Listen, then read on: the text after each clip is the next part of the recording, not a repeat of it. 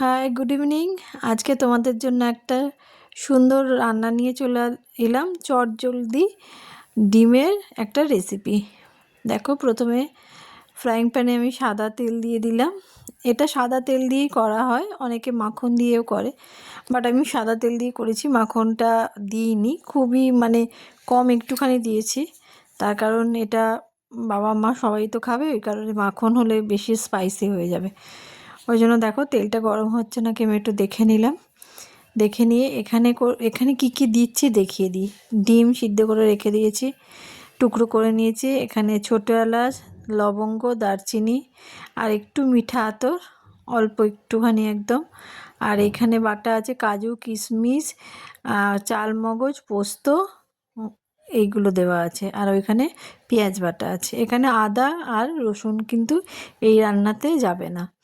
এরপরে তেলের উপরে আমি সমস্ত ডিমগুলোকে দিয়ে দিচ্ছি একে একে, দিয়ে একটুখানি হালকা করে ফ্রাই করে নেব। আর হ্যাঁ, এই রান্নাটার মধ্যে কিন্তু যেটা দেবে না তোমরা সেটা হচ্ছে হলুদ। আর হ্যাঁ, হলুদটাই মেনলি এই রান্নাতে দেওয়া যাবে না। ধনে, জিরে আর হলুদ। আমি ভয়েস ওভার দিচ্ছি, পাশে সোম আছে, ও আবার বলে দিল ধনে জিরেটা। যাই হোক, এইভাবে ভেজে নিচ্ছি প্রত্যেকটা ডিম, এই সুন্দর করে ভেজে নিচ্ছি। এবারে উল্টে উল্টে নিচ্ছি আস্তে ধীরে, কারণ যেহেতু কেটে নিয়েছি। আর কেটে কেন নিয়েছি, এটা স্বাদটা অনেক বেশি লাগে কেটে বানালে, আর তোমার মশলাটাও ভালো ঢোকে। ওই জন্য কেটে কেটে ডিমগুলো আমি ডিম করলে কেটেই করি। হাঁসের ডিমেও করতে পারো, পোলট্রি। আমি এটা কিন্তু পোলট্রির ডিম দিয়েই করছি, হাঁসের ডিম না এটা। তো এবারে ডিমগুলোকে একে একে তুলে নিচ্ছি। ভাজা আমার কমপ্লিট, এবারে একে একে তুলে নিচ্ছি। তুলে নেবার পরে কিন্তু খাবার সত্যি করে ডিমের রেসিপিটা কিন্তু খুব সুন্দর হয়েছিল। এবং এটা রুটি, পরোটা, তারপরে ফ্রাইড রাইস, এই সমস্ত দিয়েও কিন্তু খেতে বেশ লাগে। আমরা রুটি দিয়ে খেয়েছিলাম। আবার প্যানে একটু তেল দিয়ে নিলাম। এটাতে বেশি তেল লাগে না, অল্প তেল লাগে। আবার অল্প একটু দিয়ে নিলাম। দিয়ে নেওয়ার পরে তোমার ওই গোটা মশলাগুলো, শুধু ছোটো এলাচগুলো একটু কেটে নিয়েছি, সব দিয়ে দিলাম ওখানে। মশলাগুলো দিয়ে দেওয়ার পরে একটুখানি নাড়িয়ে নেব। যেহেতু প্যানটা তো একদম গরমই আছে, তোমরা এটার চটজলদি ধরো রান্না। আর এই সব ইনগ্রেডিয়েন্টস কিন্তু আমাদের বাড়িতেই থাকে, এই না যে এগুলো আলাদা করে কিনে আনতে হবে। কাজু, কিশমিশ, চালমগজ, পোস্ত, এগুলো বাড়িতেই থাকে। দেখো, এটা একটু নাড়িয়ে নিলাম। নাড়িয়ে নেওয়ার পরে এবারে এর মধ্যে আমি দেব, একে একে দিয়ে দেব। এটা প্রথমে পেঁয়াজ বাটাটা দিলাম। পেঁয়াজের গন্ধটা যেন একটু বেশিক্ষণ ধরে নাড়াতে হয়, পেঁয়াজের গন্ধটা থাকে বলে। ওই জন্য ফার্স্টে পেঁয়াজটা দেবে। পেঁয়াজটা ভালো করে ফ্রাই হয়ে গেলে তারপরে ওই পেস্ট, চালমগজ, কাজু, কিশমিশ, এগুলো। আর এটার মেন জিনিস হচ্ছে ফ্রেশ ক্রিম। এই ফ্রেশ ক্রিমটা কিন্তু আমরা এর উপরে লাস্টে দেব, এখন দেব না। তোমরা দেখতে থাকো, আশা করি এই রেসিপিটা সবার ভালো লাগবে। আর এটা একটু মিষ্টি হয়, হালকা একটু মিষ্টি হয় রেসিপিটা। মিষ্টি মিষ্টি হলে বেশ ভালো লাগে খেতে, তাই জন্যই রুটি পরোটার সাথেই আমি বলছি ভালো লাগে। এটা কিন্তু কাশ্মীরি লঙ্কা। আমরা যেহেতু ঝালটা একদমই আমি খাই না, আমরা কেউ খাই না, ওই জন্য কাশ্মীরি লঙ্কাটা আমি সবসময় সব রান্নাতেই ব্যবহার করি। তার কারণ হচ্ছে কালারটা আসে। আর এইটা দিলাম, এটা হচ্ছে ঝাল লঙ্কার গুঁড়ো। তাহলে আমি 2 চামচ কাশ্মীরি লঙ্কা আর 1 চামচ ঝাল লঙ্কা, একদমই ছোট্ট চামচ এটা কিন্তু, দিয়ে এটাকে ভালো করে মিশিয়ে নিচ্ছি। এখানে দিলাম চিনি। চিনি আর নুনটা তো স্বাদ মতো, যে যেরকম পছন্দ করো। চিনি না খেলে চিনিটা স্কিপ করতে পারো, কিন্তু একটু মিষ্টি হলে খেতে বেশ ভালো লাগে।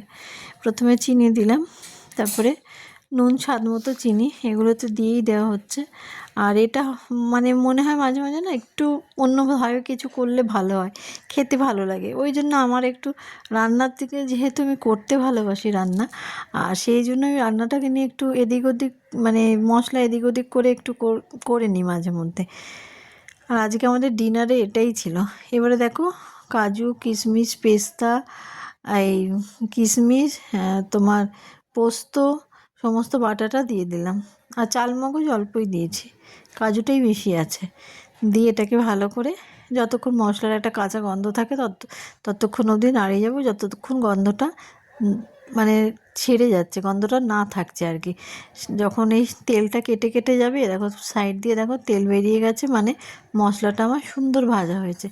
এবারে বাটি ধোয়া জলটাও এর মধ্যে দিয়ে দেবো, দিয়ে এটাকে আবার একটুখানি কষিয়ে নেব। এটাতে কিন্তু টমেটো কিছু পড়ে না, ভালোও লাগে না টমেটো দিলে। এবারে মিঠা আতর, এটা আমার ঘরে অল্পই একটু ছিল, ওটাই দিয়ে দিলাম মিঠা আতরটা দিয়ে। এবারে ডিমগুলো সাজিয়ে সাজিয়ে দিয়ে দেবো এখানে। এটা একমাত্র চটজলদি, এটার নাম হচ্ছে চটজলদি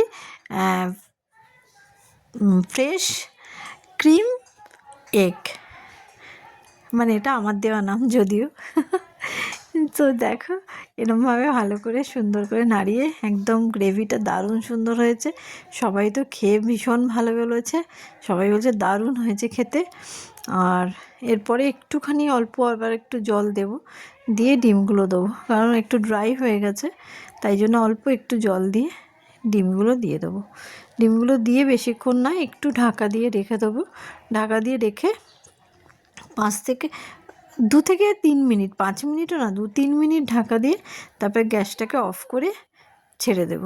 এই যে ডিমগুলো সব ছেড়ে দিচ্ছি, আগে পেছন মানে উল্টো দিকটা, এবারে ডিমগুলো তারপরে একটু ঢাকাটা খুলে ডিমগুলোকে উল্টে দেব। এখন এইভাবে দিয়ে দিচ্ছি, তারপরে ঢাকা দিয়ে একটুখানি কুক হবে। কুক হওয়ার পরে আমি আবার ঢাকাটা খুলে দেবো। তাহলে আমার এই রান্নাটা যদি তোমাদের ভালো লেগে থাকে, তাহলে কিন্তু তোমরা অবশ্যই লাইক কমেন্ট শেয়ার করো। কমেন্ট তো অবশ্যই করবে, আর তোমরা কি রান্না দেখতে চাও আমাকে বলবে।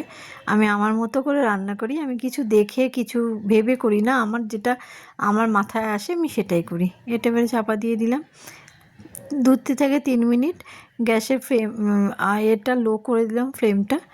এবারে এগুলোকে দেখো উল্টে দিচ্ছি এক এক করে আস্তে আস্তে। এই যে খুব সাবধানে উল্টাবে, কারণ ডিমের কুসুমটা না বেরিয়ে যায় সেইভাবে।